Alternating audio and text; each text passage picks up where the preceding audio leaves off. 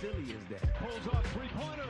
Bang! Bang! It's good! Wins the game at the buzzer!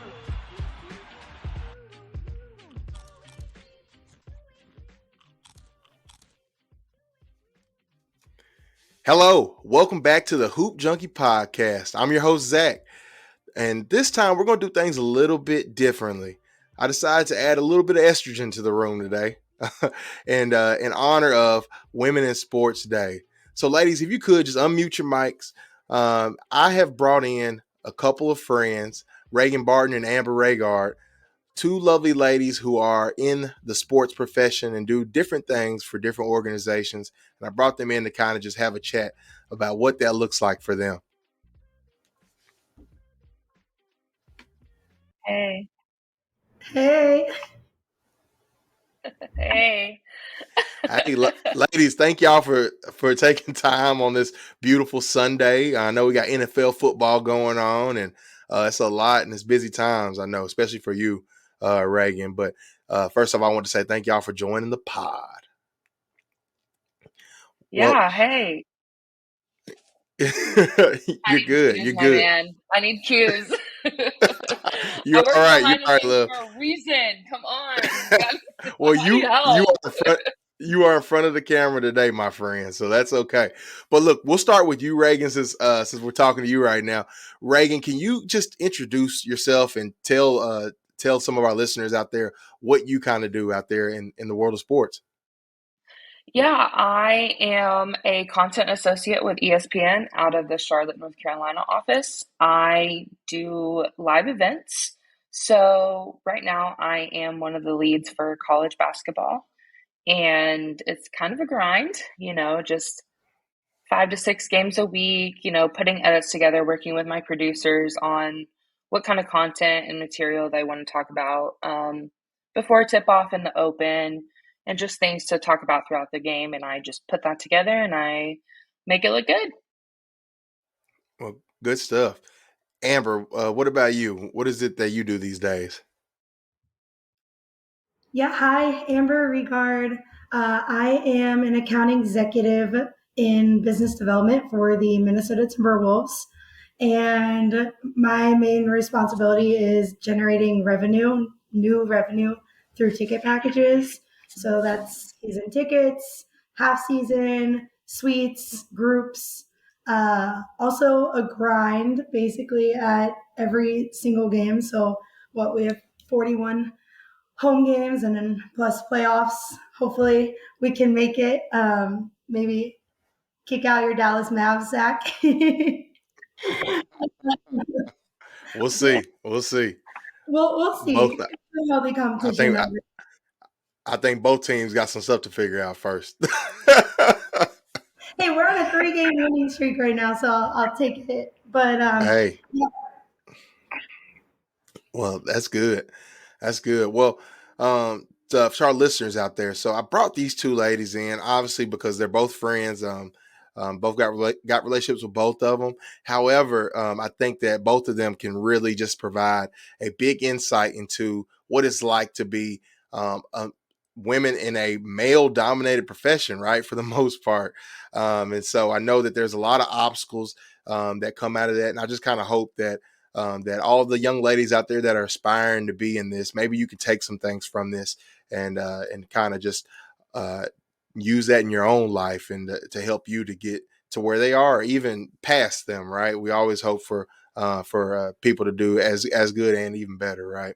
So, ladies, like, what was the reason why you got into sports? Was this just something where you just lucked into, or it was like, I know for my whole life, this is what I want to do, and this is how I'm going to do it? Amber, we're going to start with you. yeah. I mean, I grew up like a huge sports fan, being from Pittsburgh, like Steelers Nation, going to every single like Steelers game. So always grew up around sports and like played softball to cheerleading. But I think I like wanted to be a lawyer or go into medicine. I don't really know why because I don't think I could see myself doing that anymore.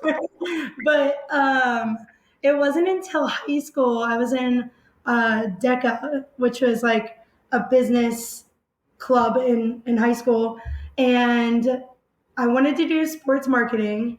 And my teacher was like, "Oh, we have a guy that's doing that." And like the day before, he got sick and he needed me. He's like, "If you still want to fill in, I guess you could do it." And I ended up placing and like going to states for that. Wow. And kind of when I knew like maybe I could be good at this whole sports business thing. Met a guy from the Pittsburgh Pirates, and he let me do a job shadowing event in sales actually.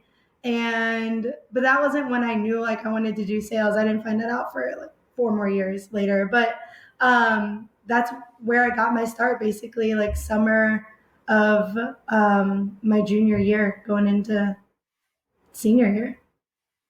Wow, that's great. And Reagan? Yeah, I also grew up an athlete. Did everything from soccer to softball. I played volleyball in high school. Wanted to play college ball, but I ended up getting hurt. So like that kind of as all like sports are just my life. I grew up, my grandpa and my grandma were both basketball coaches at one point in life. And so like I grew up around that. I grew up going to baseball games. So that's kind of all I knew was sports in a sense. Yeah. And then in high school, I started traveling with the football team and filming their games, which we were Right. awful, so it was really unnecessary now looking back at it. But I did that, and then what I I ended up I was on the basketball team my ninth grade year. We lasted all about 3 or 4 weeks when we started doing those, the running back and forth. I was like, oh, this is not for me. um, but I ended up staying on the team for the whole like throughout high school, just keeping stats, keeping a stat book and running clock, score, and stuff like that. And then I went to college. Actually, I was going the entrepreneurship route through a business school. First semester, I failed a business law class, and um, needless to say, I found out that wasn't my thing either. So, um, I had always wanted to do the behind the scenes thing that I'm doing now. It just took me a long path to get there. I think I switched my major like 8 times. Whoa.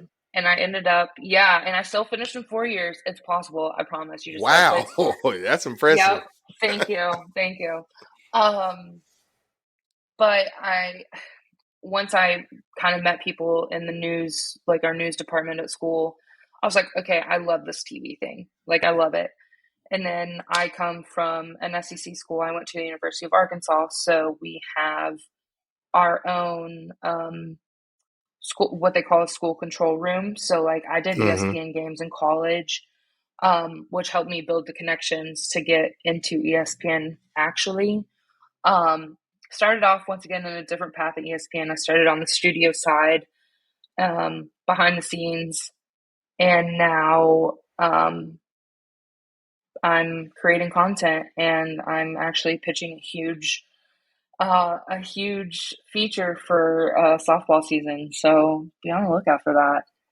Well, good stuff. In case y'all don't know, like Reagan does a lot of super cool content with the worldwide leader in sports, right? So that's always when she's talking about she's got big stuff to do. She means it for sure. Um, and so, ladies, like, The major thing that Reagan was talking about a little bit. Say yeah, that I'm again? sorry, which Oh, how Reagan was talking about like majors in college. Can I go off of on that a yeah, little? yeah, go ahead. This is y'all space.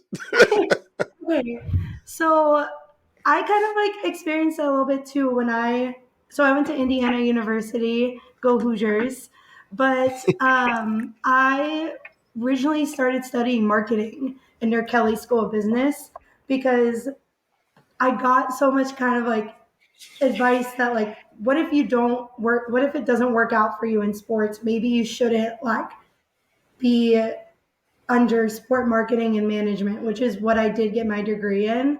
and I have no regrets on that. But going into it and not knowing, the success rate or what a job for me looked like in sports, everyone was kind of like telling me to go into marketing. And so I did that for my freshman year and then ended up changing to sports marketing because I was like, no, this is what I want to do. I didn't want to take like the safe route. So kind of relate to you on that, Regan. Yeah, I actually want to go off that too. It's funny you say that because um, in our TV classes, we were never allowed to do sports stories. We were never allowed to. I think they Wow. limited us to like one a year or one a semester, like in the class. Really? Essentially because they were like, you're never going to make it in sports. And that's what a lot of us wanted to do. We were like, we're sports people. Like, this is what we want to do. Like, we all worked together at the school control room. Like, but they like very much limited us on news only. Honestly, I don't know if it's gotten any better. They don't come in contact with me despite me being on the first team that won the school an Emmy. Like, nothing. It's cool. I don't care. I've offered to speak to Talk your classes talk, multiple girl. times. Look, I have offered to speak to classes and I get left on red. And I'm like, all right, that's cool. Like, I don't care, Yeah. whatever. My name gets around. I mean, people hit me up all the time. Um, but the same thing. You weren't gonna make it. You weren't gonna make it in sports. And I'm like, don't tell me no. Like, I'm gonna figure this out. Like, watch me. And then I ended up, so the school control room, they hired a bunch of people. I was not hired at the beginning. Yeah. So I worked for free. I worked for free until everybody was like, you should, like ask for a position. And like, I'm not gonna lie, I'm a little prideful because I'm like, I'm the only one doing this job. You have to have me. So I'm gonna wait patiently. And about 3 or 4 days later, I was offered the job, and I was like, yeah, like I wasn't gonna ask for it.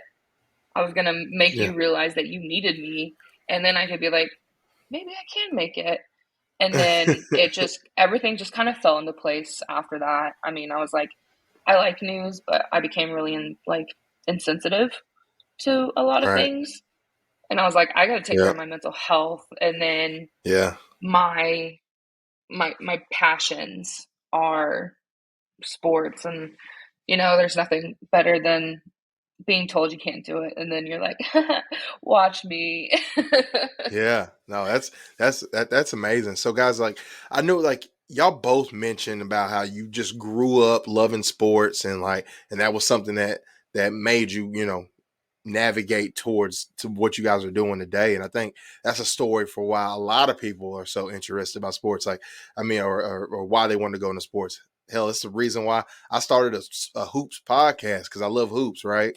Just and I think it's a lot of passion behind it. People have a lot of loyalties to their teams, but there's the flip side of it, the part Reagan that you were just talking about with just the business aspect too. I think a lot of us who aren't necessarily involved in the business aspect from a day-to-day standpoint that we just don't quite get and quite understand. What are some of those things that immediately just kind of come to y'all mind whenever we talk about the business of sports, about just how different it is from the whole fanatical side of sports? I mean, the fan side is fun, right? Like the competition, the rivalries, but the business side is a grind. I mean, we have 5, 6 home games in the next week. Like it's a grind. Constantly, like I have to bring in a certain amount of revenue and meet with a certain amount of people, and it's not just about there's a game and fans are coming in. It's how many meetings do you have? How much revenue are you expecting to bring in this game, tomorrow's game, in the week? Um, what package did you sell them now, and what are you going to sell them, for next season? How can you maintain those relationships? It's not just a one-time thing. You have to constantly be thinking about what you're doing in the moment and then what you're going to be doing for the next season as well. Um, it's a lot. There's so much to it that the fans don't see Yeah, or know about. yeah. Because we just show up and order a large beer and a large hot dog for 35.68 and go watch the game, right? Can't forget the popcorn either. Yeah, popcorn. All right, now y'all add the popcorn. Now we're at $70 for all of that. Look, one of my favorite things when I worked at Arkansas was during football games. At halftime, they would have a hot dog stand, and I love me a good halftime hot dog. It is just the most exciting thing, and it's even better when it's free. Yeah, for sure. Like, um, and but yeah, yeah, no, go go ahead, ahead, sorry. chip in, Reagan. Oh, I was just going to talk about the business aspect as far as the live TV portion of it goes. I'll use a great example, especially right now. After Christmas, it's March. Like Mm-hmm. I don't speak any language except for March after Christmas, which is Mm, I want to tell a story of you reaching out to me earlier yeah, last week, and he was like, "Does the 28th or the 29th work?" And I was like, "That's Champ Week. Like I can't do that." And then I was like, "Oh, you mean this weekend?"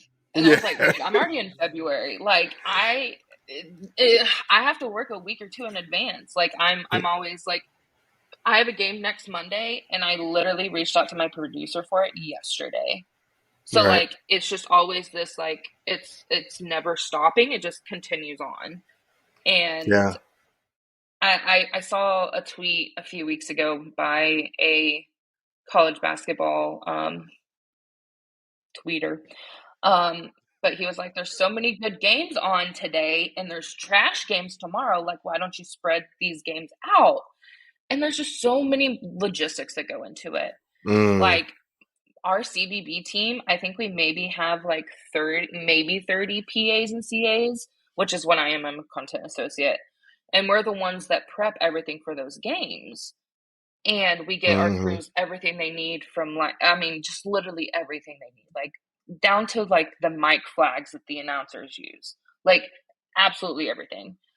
And when I saw that tweet, I was like, man, you don't even know like how much work that is.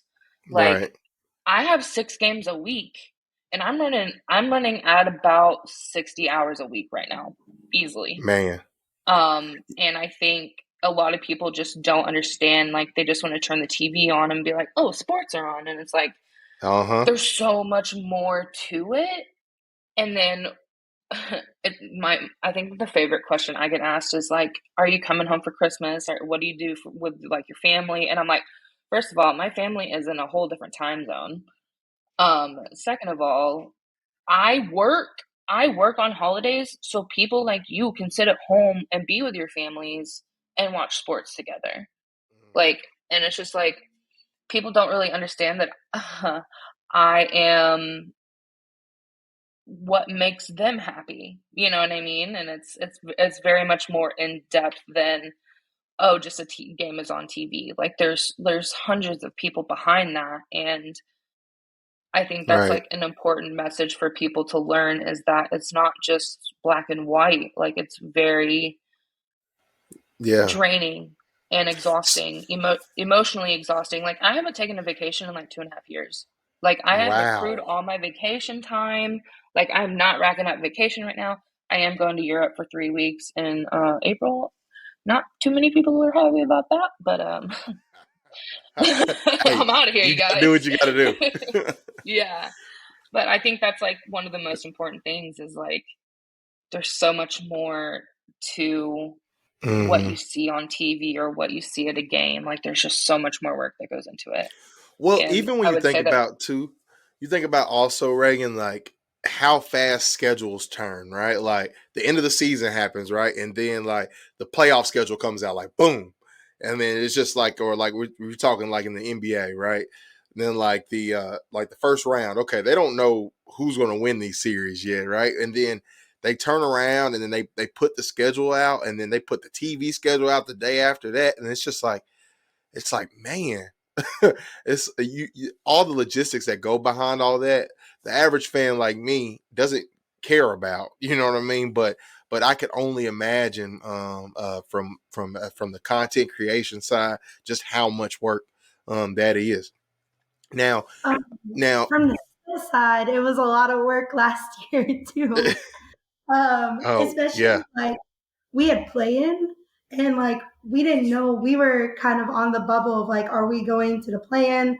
Are we going to Hmm. be in seventh where we're or sixth or seventh where we're not? Because it was so close. The West was so close where it was like Yeah. one game difference of like actually making it to the first round, being in play in, or not making it at all. And I think like the season ended on a Sunday or maybe Saturday, and we had a playing game like Monday, Tuesday. And so we had to Mm, go and sell all these tickets for the play in. And that's just like one game. So then we also are selling tickets for the first round because we're preparing to go to the first round as well. yeah. And it was a quick turnaround, as well as like also selling season tickets for the next year and kind of pairing those together. And like if you purchase season tickets, I'll throw in two free tickets to a game, for to game one or something like that. So that's a grind, and you kind of have no life. Like I had 11 home games this month in January, and I told all my friends like, if I don't answer you, I'm sorry. Like it's a grind of working from 8:30 a.m. to 10 o'clock at night sometimes, Right. and trying to find a balance in there as well. Of like you talked about like mental health, like you got to take a break sometimes and know when it's too much, but also like I got some money to make. For sure. So, ladies, like out there, like we're talking about like scheduling obstacles and just stuff that comes up day to day.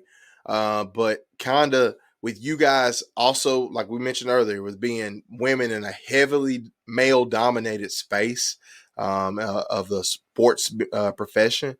Do you guys feel like at any point in time it may have taken you a while to kind of just gain any respect, or there like were any special obstacles or hurdles that you felt like you personally had to overcome to get to where you came to? And then if so, like how'd you overcome it and how did you deal with it? I I can can go first. I'm Go ahead, Reagan. over here trying to hold my tongue. time. I'm ready. I'm ready. Reagan, you go. That's all you. Oh man, I think it's an everyday struggle. Mm, Honestly, like, and especially like my name's Reagan. It is very gender neutral. So I will get "thank you, sir" in my email all the time. uh, So of course, like, which is his own little thing, because then when they call me and they're like, oh, it's like, thank you for assuming that I am a man. I'm right. not.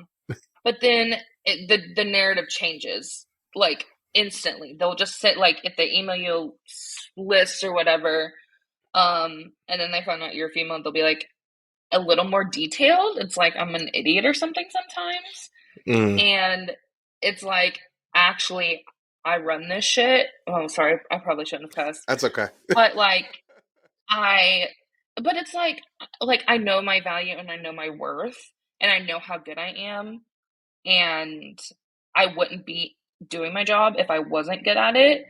So I think like gaining a respect is kind of like a daily thing. Like you got to show up daily. You can't like I feel like sometimes we get less chances. Like we only get like 1 to 2 chances to like not screw up. Mm, But I think with men, it's kind of like, oh, he doesn't pull his weight, whatever. Like that's just him, like and it's like, mm, like for me, like I said, I'm pulling 60-hour weeks, and I'm doing a lot. I'm doing a lot of things. Like everybody knows how much I'm doing, but like my coworkers aren't pulling like even a quarter of my weight, and it's frustrating. because like I'm the only person, like, for example, this is a great example. Like, I work my ass off. Sorry, once again, I'm gonna get better, I promise. Um, I'm the only person I found out this week. It's been a rough week. I'm the only person that's a veteran that's not getting promoted. And I found out, and like the 5 other people that are getting promoted, there are some that straight up have not done the work or anything they do that to deserve to get promoted. And here I am working. I worked a 18-hour day the other day. Like, you're doing things and you're like, man, like, what do I got to do? What do I got to do? And sometimes people are just like, oh, just keep doing what you're doing. And I'm like, well, clearly it's not working. Like, it's just not working. And then you have to go above and beyond, whereas a man can kind of do the bare minimum sometimes. And it's like, oh, let's promote him. He's great. And it's like, yeah, well, he might be great at one thing because that's literally the only thing he's doing. And I think that's just like in my case, like in my work, like that's just kind of how things go. You have your reliable people that everybody goes to get things done. Like for me, for example, like I will never let the ball drop. Never, ever, ever, because then that looks bad on me. Regardless of if it's my job or not, like I'm not letting it happen. And everybody knows that. So like it's a subconscious taken advantage of type of situation, which I love my job and I would never say that somebody's taking advantage of me, but Mm-hmm. it's a subconscious thing where they're like, we know that we trust you enough to do X, Y, and Z and not need your hand to be held. Um, and Right, I wish right. I do think that's something I wish I saw more about of my male counterparts is just reliability. Mm. Amber? Yeah, I think it's about finding like your allies and your people that support you and who you surround yourself with. When I first started in like a sales program with the Grizzlies, there was 13 of us, and 3 of us were females. But our good friend Corbin, like he was my person that was always supporting me, helping me out in the corner, like cheering me on, and just help like sharing tips that were working for him. But he was always like an ally for me. And I think it's important to find those people. And like my manager, he knew that like what worked for guys on his team wasn't necessarily going to be the same way that I like communicated Mm-hmm. or what worked for me. And so I had a good support system that allowed me to be myself and like figure things out. Cause I started off slow in sales. Like people were making sales in the first month or two. And I think I started in June and I didn't make my first season ticket sale until August. And I'll never forget one of the guys kind of saying like, yeah, you were like at the bottom and an underdog, and now like you skyrocketed to the top, and it was like, was I an underdog because I was one of the few girls on the team? Like, is that why? What Mm-hmm. makes me an underdog?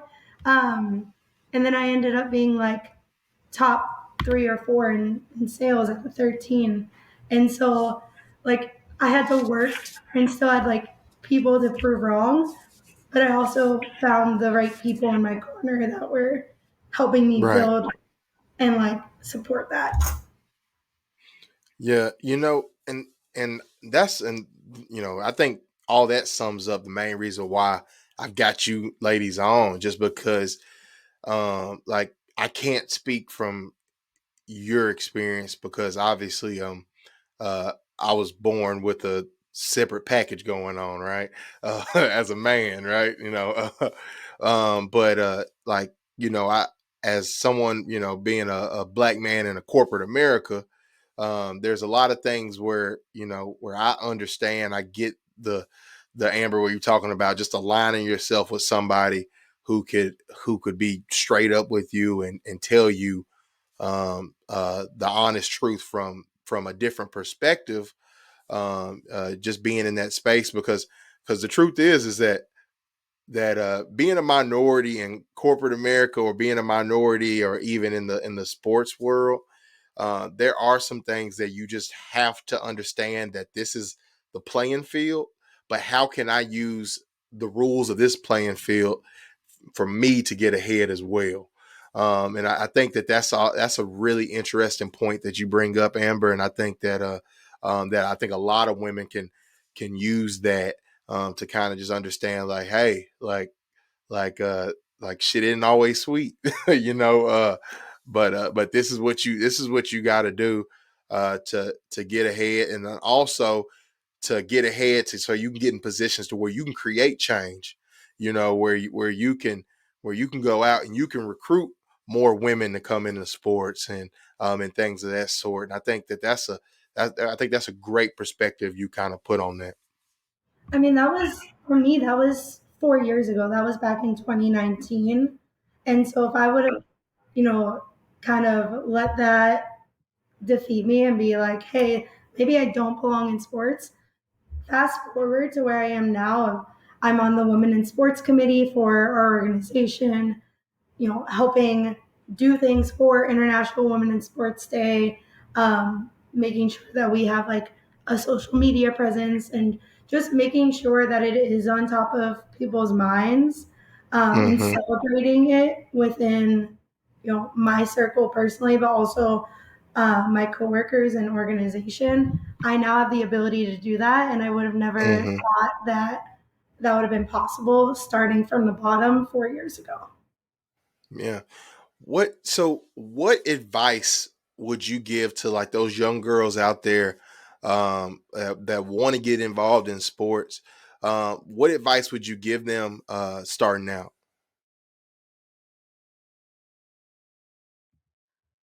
Um, wow, so many things. I feel like you just gotta push through and know what you want and be confident in yourself. And how Mm, Reagan was like, I know I'm good.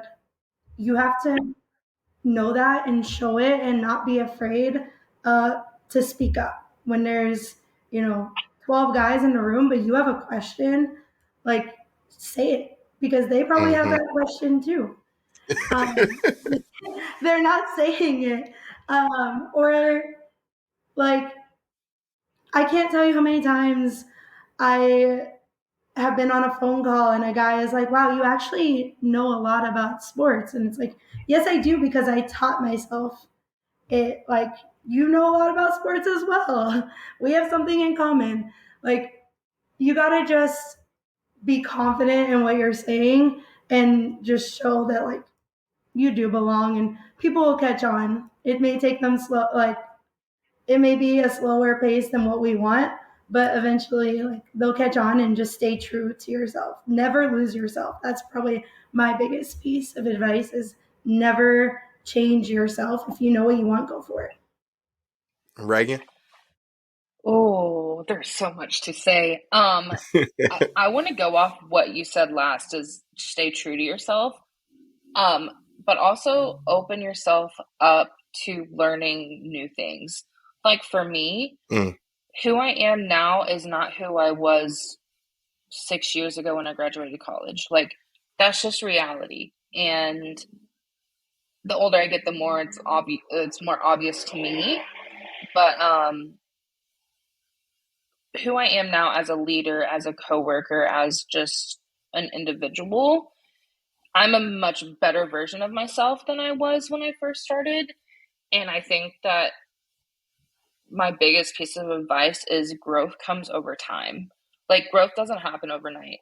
I like going off the confidence thing. So the promotions that I was just talking about, um, I got a first round interview, which they do for everybody in house. So I didn't get a second round interview. And when I reached out for feedback, I was like, what's going on? Because I'm confused now at this point. And the only bit of feedback was, you don't have the confidence. And I was, first of all, shocked as all heck because I'm like, you know that I do, I know because I know who you are. And I know what I do. Like, and I was just like so confused, And the more I think about the confidence thing, the more I'm like, what does confidence look like? Because I think confidence is very it varies by person. Like me getting on a stage in front of like 5,000 people to like talk, like I'm good. I don't want to do that. But Hmm. so doing something like that would be confidence for me, whereas somebody else that may just be like, oh, whatever, no big deal. Right. And I think it's just very relative to certain people, and it's hard to say, oh, you don't have the confidence when it's like, but I do. Like I know I'm good at what I do, but you're telling me I don't have confidence, and then now I'm evaluating every part of myself to be like, where's my confidence lacking? And I would say that a lot of the times it's like I said, relative. It's very much, this is what confidence looks like to me, but this is what confidence looks like to me. And just finding a balance kind of between the two, and maybe being like, okay, so where do you see that I lack confidence? And it may be something that I've never even thought of before. So I'm Hmm. like, okay, bookmarked. Like it's in my head. Yeah. I'm going to work on it. Um, but I would also say, like, and this is my big thing the past like year and a half, is like being my true authentic self. I like you said, I'll get in Ubers to the airport often, and they'll be like, "Where are you going?" And I'll be like, "Oh, I do this, this, and this." And I had a guy tell me one time, he was like, "I've never in my life spoken to a woman about sports like I just did with you, and I really appreciate it." And I was like, "Should I say thank you?" Or I'm just like, Yeah. "Yeah." I That's so mean, I Yeah. was like, like, when do you say thank you, and when are you like, wait a minute, like, Like to take it as a backhanded slight, you know? compliment. Yeah, I was like, thanks. Like, I don't know. Like, but Right. it's one of those things that it's like, I'm not gonna, like, for me, pure honesty, like my separation between work and that is when I come home. I Hmm. don't really watch sports at home. Full Oh yeah, because transparency. But I you've already also, seen it all day. I've already seen it all. I've already seen it all. And then everybody's like, you don't watch X, Y, and Z at home. I'm like, I need a break. Like, it's a Hmm. break thing for me. Like, I need to separate myself. Yeah, I may know, but like, there are just certain things that people, especially two females, be like, oh, who did X, Y, and Z in this year? And it's like, do you know the answer to that? And do you Right. only know the answer to that because that's like your favorite player or something? So, like, of course you're going to know that. Hmm. And I think for me, it's just like being open and honest and just being authentic and being like, Hmm. look, I know I work in this industry. I know a lot about college basketball, but as far as anything else goes, I can't help you right now, especially Right. right now. Right. And um, yeah, Well, good. Well, good stuff. Yeah, you got to have that balance. I know that's always that's a big thing for everybody. So whether you're a man, a woman, black, brown, white, or green, I mean, I think that's good advice that anybody can take of just understanding and finding that balance in the corporate world and understanding and knowing like, hey, everything isn't always a slight. Some stuff you need to take and actually and take to improve, and I think sometimes that's hard for all of us to accept and understand. Because I know there was like even with me starting off in corporate America, I know there coming out of school and going to corporate America, like I would always love wearing like some flashier colors and brighter stuff and things like that. But in corporate America, that's not always it's blues, grays, and and blacks, and that's kind lots of of those, lots yeah, of those. it's a lot of that. So not taking that stuff offensive, and then just understanding that that's just the playing field, and then dominating in it. But anyways, do you ladies have anything else you want to share, or to any of the listeners out there, or any other last advice you want to give to ladies aspiring to be in your shoes one day? I think my biggest piece of advice is speak your mind. Like, just like don't sit back in the corner and listen to all these people doing X, Y, and Z. Like, if you feel that you have a very good idea or very, like, just something that just makes sense to you, like, bring it up to your people. Like, show up and just, like, speak your truth, because the only truth that matters is yours. It doesn't, nobody else's matters. And I think, like, for me, like, I have had some really dumb ideas. I've had some really dumb ideas, in the past. But when I talk to people about them, then they'll throw in something. They're like, "Oh, well, have you thought about this?" So it's like very much a teamwork, like, atmosphere, and people always want to joke around and say, "Oh, like, you'd never, if you're applying for jobs and they're like, "Oh, we're just a big family here, like, run," and like, Mm-hmm. for me at least, like, I can't talk to my mom or I can't talk to my friends that don't work in the business because they just quite frankly don't understand. So I heavily rely on my coworkers and my boss and my manager to kind of keep me in loop, like, just keep me in that focus Mm-hmm. of, hey, like, this is reality. Like, Right, right. let's work through it. And I think, like, just being open and honest is scary. But it's also, like, 100% worth it. And, like, my huge feature that I'm pushing for softball, I spoke with like, so each office has, like, a different higher up. So I our higher up is actually kind of in charge of my department. Mm-hmm. And I became really close with her after we have, like, a women in sports mentorship program here, which is wonderful if you can find other people in your company to have that relationship with, Yeah, it's great. especially people you don't work with directly. So, like, my mentor this last round, she was up in Bristol and she did, like, ESPN Deportes stuff. So, like, I had no idea who she was. I had no idea what she did. But, like, it was a great year to be like, hey, have you thought about this instead? Um, but I would say, like, rely on those people that are in the same position as you, like, or are in the same bubble as you. Like, yeah, like, you can talk to your friends about things, but they aren't going to be able to give you good advice because they don't know the ins and outs of organizations and Mm-hmm. sports in general. Like, it's a toss up every day. Every day is a new day. It's like juggling. Like, I call myself a washer, like a clothes washer. Like, it's just wash, rinse, repeat. It's the same thing every day, all over again. And which does affect, your mental being sometimes. And I would say that that's the one thing also that, like, I would tell people to protect the most is your mind, because I feel like, especially being a female in this industry, you get so much negativity and so much, you can't do this, you don't look a certain way, like X, Y, Mm-hmm. and Z. And it's like, okay, well, why does my ability to do something have to be based off my looks or my gender? Mm, And mm. I Yeah, would just say, it's like, just like, step out there. What are you gonna do? Make yourself sound stupid? Okay, well, guess what? Now you know mm-hmm. for next time. Like, just do it, like, jump off the ledge. I'm a big just jump off the ledge and figure it out type of person.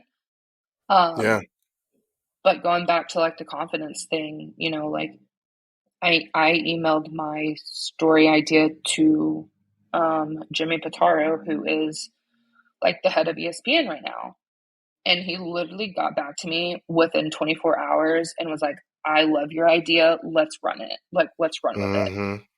And Yeah, then that's big. That's the big. same person who I pitched that story to was the same person who told me I didn't have confidence. So when I Mm-hmm. came back around, I was like, oh yeah, like, I talked to him, he loved it, I'm running with it. It was like oh, you already got a response, like, oh. And I'm like, we can talk about the confidence now if you want to. We can talk about Mm-hmm. it, because I just did some things that nobody in my position would ever do. But if that doesn't get me a promotion, that's fine. I did Yeah. something that I wanted to do, and we'll see where it goes.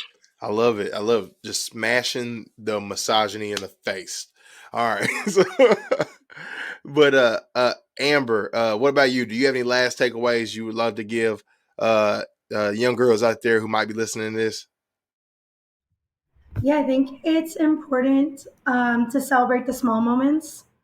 So, like the little things that each step, like forward, will lead to the final result. And so, you're going to take 5 steps forward and then maybe take 2 steps back. So, I think it's important to um, celebrate those because they're going to get you to that final destination. And I know, like, when I first started, I didn't know what I was doing in sales. I wanted to go into marketing Mm-hmm.